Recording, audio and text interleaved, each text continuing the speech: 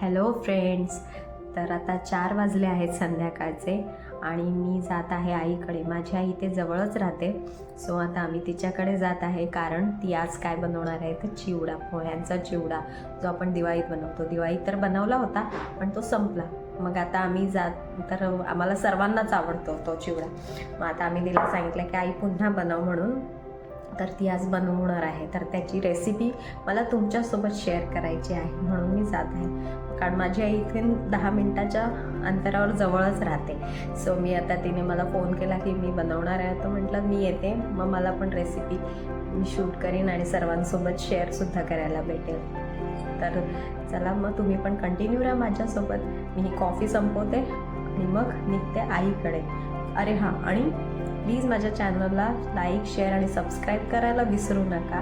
तुमचे काही सजेशन असतील तेही मला नक्की कमेंटमध्ये कळवा. आणि मी जे काही रेसिपीजचे जे व्हिडिओज टाकते त्यातही काही सजेशन असेल तर प्लीज मला कमेंटमध्ये नक्की कळवा. कारण मीही काही परफेक्ट कुक नाही आहे. जर तुम्हीही मला काही सजेशन्स दिले त्या रेसिपी तर नेक्स्ट टाईम मी ती रेसिपी तशा पद्धतीने नक्की ट्राय करून बघीन, म्हणजे मलाही थोडी आयडिया मिळेल. आणि माझं जे ब्लॉगिंग आहे, जे चॅनलबद्दलही तुम्हाला काही सजेशन द्यायचे असेल तर प्लीज नक्की कळवा. आणि माझा चॅनल सबस्क्राईब करायला विसरू नका. आणि ज्यांनी माझं चॅनल सबस्क्राईब केलं आहे त्यांना thank you so much. Thank you so much. चला तर मग जाऊयात आईकडे. चला फ्रेंड्स, तर आता मी आली आहे आईकडे. चला आता आपण बघूया कसा चिवडा बनवायचा तो, त्याची रेसिपी आता आम्ही सुरुवात करत आहोत. तर चला मग सोबत राहा माझ्या. पत आहे आई आहे. किती वाट्या खोबरं घेतलंय? 2 वाट्या. आणि पोहे किती किलो घेतलेत आपण? पातळ पोहे आणि हिरवी मिरची. तर हे पातळ पोहे आहेत. हे उन्हात किती तास आई सुकवले? वाळवले नाही, थोडेसे अर्धा तास उन्हात ठेवले होते हे. आता हे भाजके नाही. आता आपल्याला हे पोहे भाजून घ्यायचे आहेत पहिले. हे काही भाजलेले पण मिळतात पण हे आपल्याला भाजून घ्यायचे आहेत. आणि हे बघा, कढीपत्ता पण लागणार आहे पण तो आपल्याला धुवून घ्यायचा आहे. कारण कढीपत्त्यामध्ये माती असते. तो व्यवस्थित धुवून घ्यायचा आणि असा कापडावर पसरून ठेवायचा, म्हणजे तो जरासा त्याला जे पाणी आहे ते सुकून जाईल. ठीक आहे. हे बघा, असे आपल्याला पोहे भाजून घ्यायचे आहेत. थोड्या छोट्या बॅचमध्ये घ्यायचे आहेत सर्व पोहे एकदाच नाही. आणि त्यात मीठ टाकायचं भाजताना थोडंसं, म्हणजे पोह्यांना असं सॉल्टीनेस येतो आणि क्रिस्पी होतात. तर आपल्याला असे हे व्यवस्थित भाजून घ्यायचे आहेत पोहे. छोट्या बॅचमध्ये एकदाच सर्व पोहे टाकायचे नाही आहेत, आपल्याला व्यवस्थित भाजून घ्यायचे. अशा मिरच्या बारीक चिरून घ्यायच्या आहेत. ह्या जवळजवळ 10-12 मिरच्या आहेत ना बहिणी? 10-12 मिरच्या आहेत. या अशा साईजमध्ये आपल्याला कापून घ्यायच्या आहेत. या कमी तिखटवाल्या आहेत या, म्हणून मी 10-12 घेतल्या आहेत.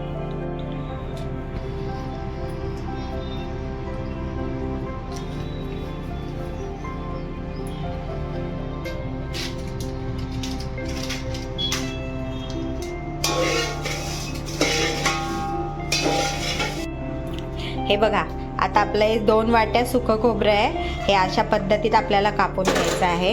हे पोहे हे भाजून झाले की असे कापडावर अंथरून ठेवायचे आहेत, कारण की त्याला मग जे मॉइश्चर यायला नको म्हणून असं सुती कापडावर कॉटनच्या आपल्याला ते भाजून झाले की असे त्याच्यावर अंथरून घ्यायचे आहेत. त्यानंतर आपल्याला इथे जिरं, मोहरी, काजूचे तुकडे हे ऑप्शनल आहेत. तुम्हाला जर आवडत असतील तर तुम्ही टाका. ह्या मिरच्या, कढीपत्ता, ह्याला डाळ्या म्हणतो आपण, ते डाळ्या, आणि हे शेंगदाणे. आणि हा जो मसाला आहे हा रेडीमेड आहे. हा माझी आई आज एक्सपेरिमेंट करणार आहे. हा नवीन पद्धतीत बनवणार आहे. तर हा रेडीमेड मसाला आहे, तो ती पहिल्यांदाच वापरून चिवडा तयार करणार आहे. तर चला आम्ही पण मग नवीन टेस्ट जरा ट्राय करू. तर हे एवढं आपल्याला सर्व साहित्य लागणार आहे. चला आपण सुरुवात करूया रेसिपीला. हे बघा, आता तेल गरम झालं आहे. त्यात पहिले आपल्याला हे खोबरं तळून घ्यायचं आहे व्यवस्थित. माझी वहिनी आता खोबरं तळून घेते व्यवस्थित. हे बघा,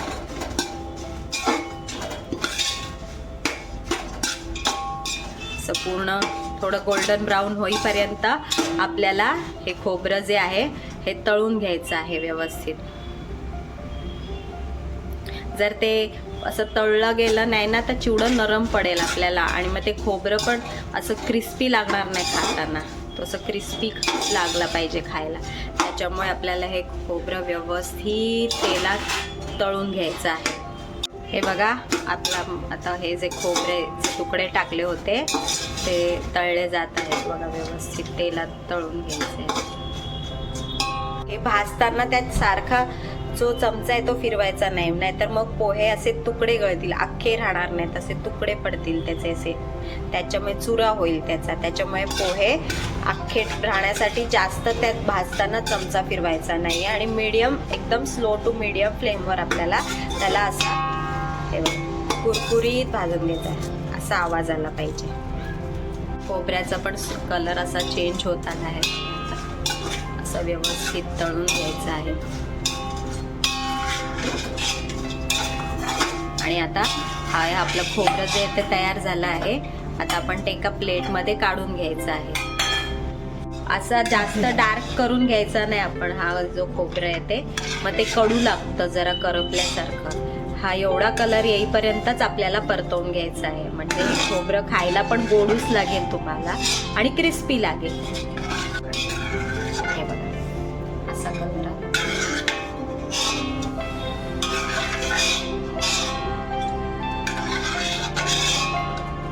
हे बघा असा कलर.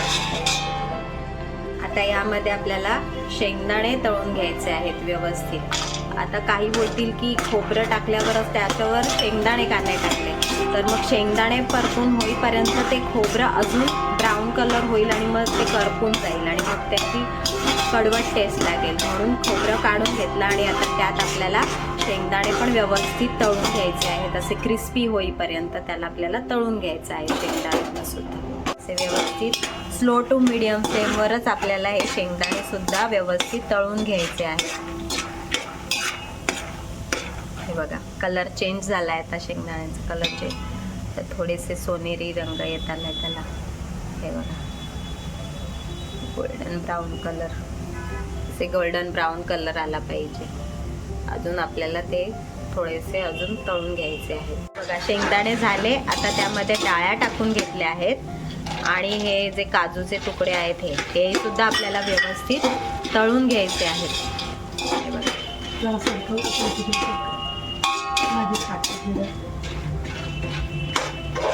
आणि आता आपल्याला थोडंसं हे जे सिंचिन्नस हे बाजूला करून याच्यामध्ये थोडंसं जिरं आणि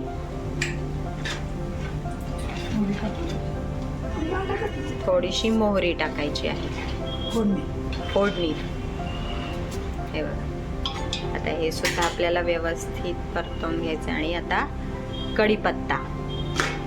आता हे सर्व एकदाच टाकायचं आहे कारण की मग नाहीतर बाकीचे जे आहे ते जळून जाईल. सो आपल्याला आता हे सगळं व्यवस्थित सगळं तळून घ्यायचं आहे. मिरची कढीपत्ता सुद्धा आता ॲड केला आहे यामध्ये.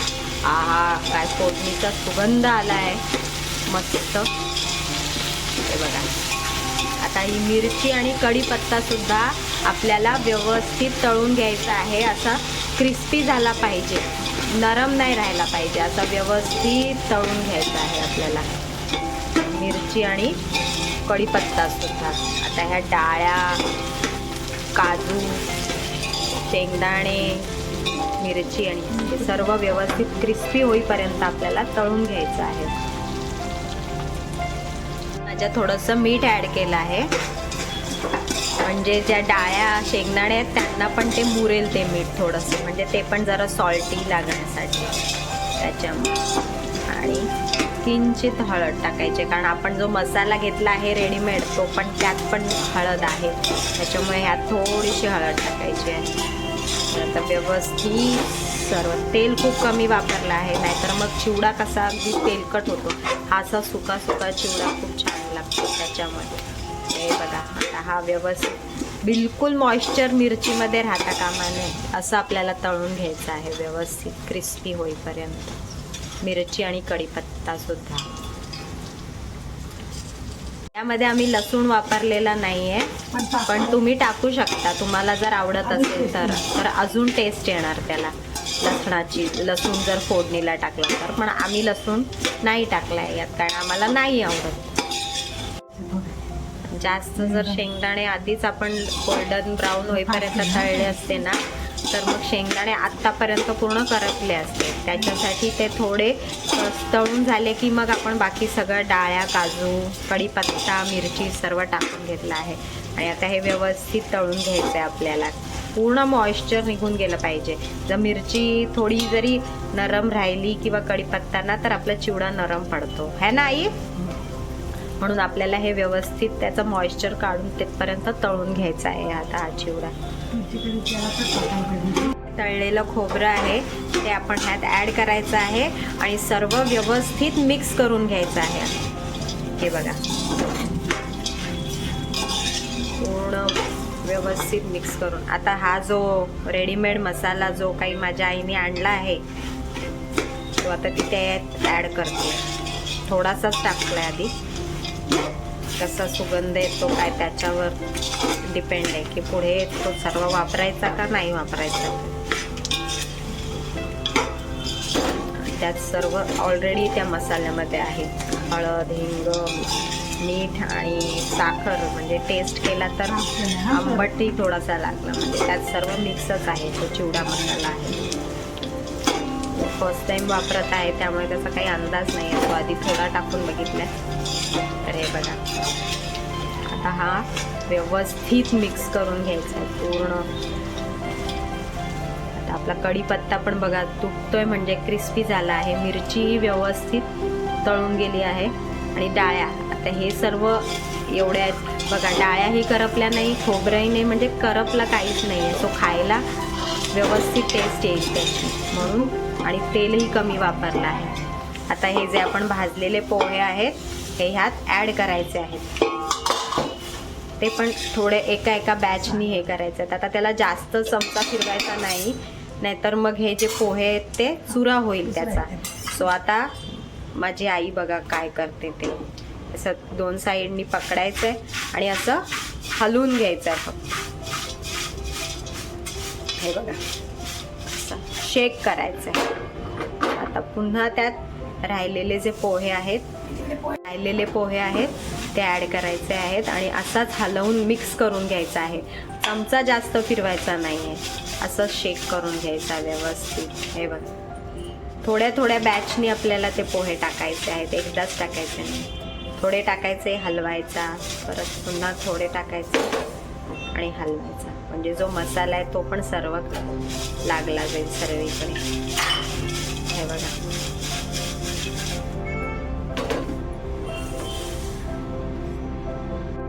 हे बघा, आता सर्व पोहे आपले ह्यात टाकून झाले आहेत.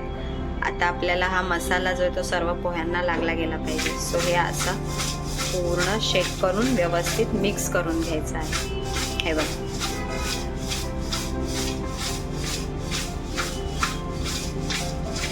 हा फ्लेमवरून उतरवून घेतलाय खाली गॅसवरून आणि आता असं मिक्स करायचा आहे. असं मिक्स केल्याने काय होतं तर त्याचा चुरा होत नाही पोह्यांचा, पोहे अख्खेच राहतात. म्हणून त्याच्यात जास्त चमचा न फिरवता असाच मिक्स करून घ्यायचा आहे. तर हा आम्ही अगदी कमी तेल वापरून केलेला आहे, म्हणजे जरा हेल्दी पण आहे. तुम्ही पण नक्की असा करून बघा. असं मी बघा सर्वीकडे सर्व पोह्यांना व्यवस्थित तो मसाला लागला जातो. हा बघा, आपला चिवडा तयार. आता थोडासा त्याला मुरत ठेवायला लागेल. सर्व मसाला आता पोह्यांना व्यवस्थित लागला गेला आहे आणि आपला हा आता चिवडा तयार झाला आहे. आता सध्या गरम आहे अजून तो, त्याच्यातच जो तेल मसाला आहे तो असा मुरला गेला पाहिजे. म्हणून हा आपण आता थोड्या वेळ असाच ठेवायचा आहे आणि मग थंड झाल्यावर डब्यात भरून ठेवायचा आहे.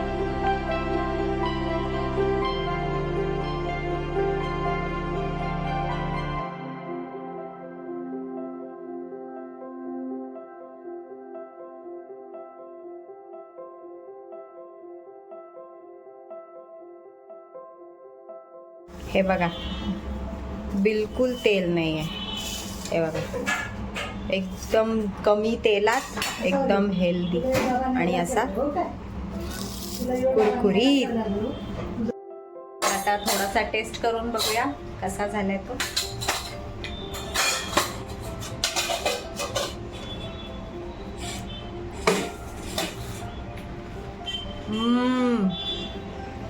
यम्मी आणि क्रिस्पी, तिखट वगैरे एकदम प्रमाण मस्त झालेलं आहे. कशी वाटली तुम्हाला ही रेसिपी मला कमेंटमध्ये नक्की कळवा आणि तुम्हीही नक्की ट्राय करून बघा. आणि जर तुमचेही काही सजेशन असतील तर नक्की मला पण सांगा आणि चॅनलला सबस्क्राईब करायला विसरू नका. धन्यवाद. बाय.